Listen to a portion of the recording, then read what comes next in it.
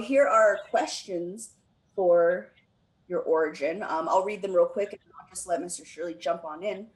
So a few things you guys asked is the youngest age experiencing racism. So, perhaps as a child, maybe as a teenager, how did you react to that? A lot of people asked about discrimination in your profession and in college. So moving into the professional world, how racism is experienced. What's the moment that kind of changed you or radicalized you to be who you are? And then kind of what's the first thing you really tackled in terms of social justice? So whatever order, however you want to handle it, take it away. Okay. First of all, good morning, and I'm honored to be here among the great students at Hesperia High School. Regarding your first question in terms of what was the youngest age that you remember experiencing or seeing racism and how did it affect you? I was 17 years old. I was a junior in high school, and my brother and I had just gotten out from work, and we had worked from 6 a.m. to 10 p.m. Washing dishes and cleaning tables. And after 10 o'clock, we were on our way to my car when a policeman drove up, got out the car with the guns drawn and asked us to put our hands up and put our hands on the car and was getting ready to take us to jail. And I asked the policeman, what's the problem? He said, well, you were involved in a robbery. And I said, well, we couldn't have been involved in a robbery. We just got out from work and we've been working from 6 a.m. to 10 p.m. He said, no, you fit the description. We're going to take you to jail. But it just so happened that the manager of the restaurant saw what was going on and came out to our rescue and was able to verify what I had said and demanded that we be released, which we were. Now, the problem was that we was working at this restaurant, but it was in a very affluent area. It was in Stanford Mall, which is in Palo Alto, California, which is close to Stanford University. And there's very few minorities that live in that area. And had the manager not intervened and we had went to jail, I probably never would have graduated from high school, would have never been able to go to college, and I would have been convicted of something that my brother and I didn't even do. And unfortunately, that has happened to so many people, but just so happened I was able to come out on the positive side of that. But that was my first experience dealing with racism.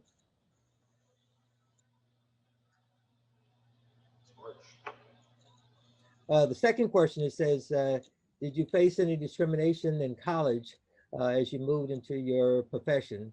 And have you faced any physical violence due to racism? Um, yes, I faced some physical violence, but was able to prevent the altercation from becoming more serious, both in college and also both at work. Because as you obtain an education and you decide to miraculously matriculate your way uh, from college to graduate school and then within your company, you're not going to see that many people that look like you. And a lot of people may not have experienced people who are wanting to excel. And when you start asking for promotions or asking what is required in order to win this award, sometimes people become offended. And I wind up, going through that in college because when I attended the University of California, Irvine, back in 1971, the college was only 6 years old. So there was very few Blacks that were at the college. There was very little for Blacks to do there. As a matter of fact, it was part of the John Birch Society. And there was really nothing there because it was so new, but horses, cows, and orange groves. And so the students wasn't particularly friendly to people of color. And that's not to say that all of them were like that, because they certainly weren't. But you run into those things because now people are seeing people of color that's competing in the same classes and that's competing to get better jobs. And some people become threatened by that. And one of the things that I experienced when I was in working for Xerox Corporation is that as the president of the Los Angeles Black Employees, uh, a lady brought to my attention, and she happened to be Black, that she was treated unfairly and was fired. I researched it and concluded that she was right. I discussed it with some of the senior Black managers, and they said, leave it alone, don't pursue it any further. However, after praying over it, I remember what Dr. King once said, that injustice anywhere is a threat to justice everywhere.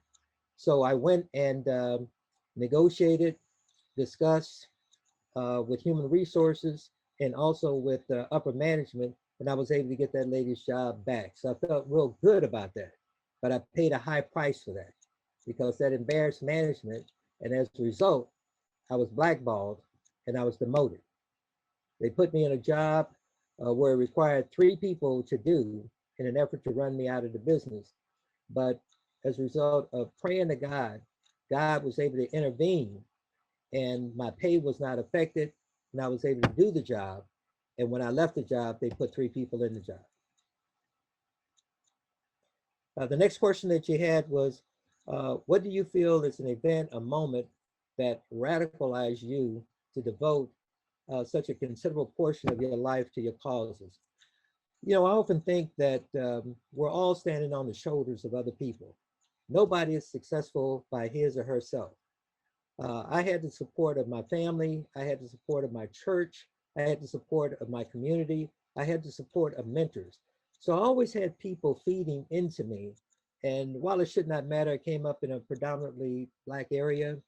As a matter of fact, I graduated in 1971, but they closed my high school and tore my high school down in 1975 because the attendance was low and the graduation rates were low.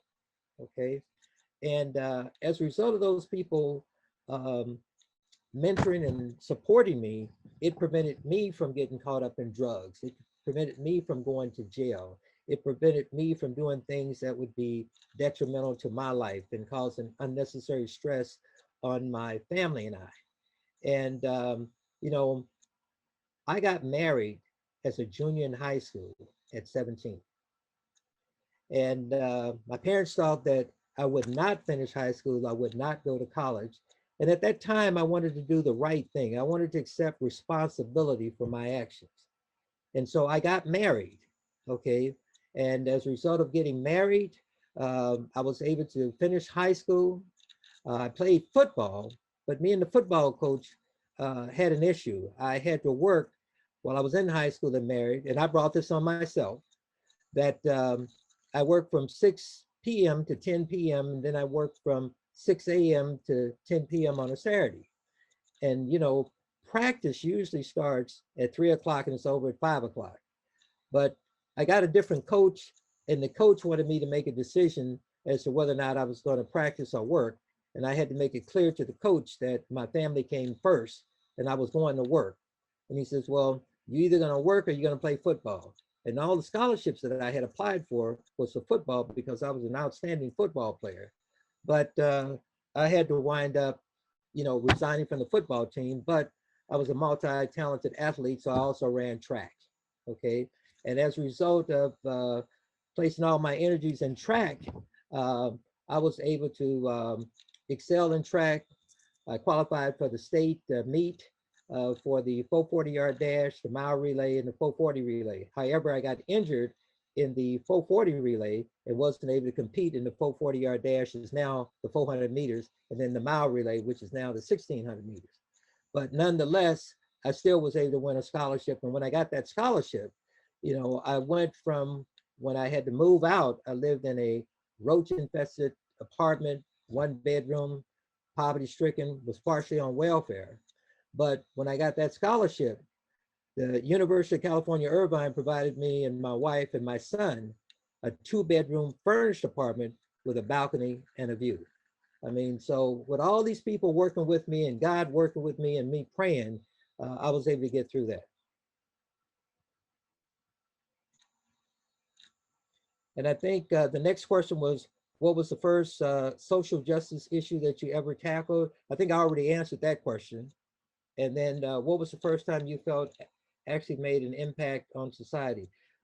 Well, what I've always tried to do is reach back and help those who are less fortunate. I always felt that I had a moral obligation not to just graduate from high school, go to college, and be able to get a good paying job and be able to take care of myself and my family.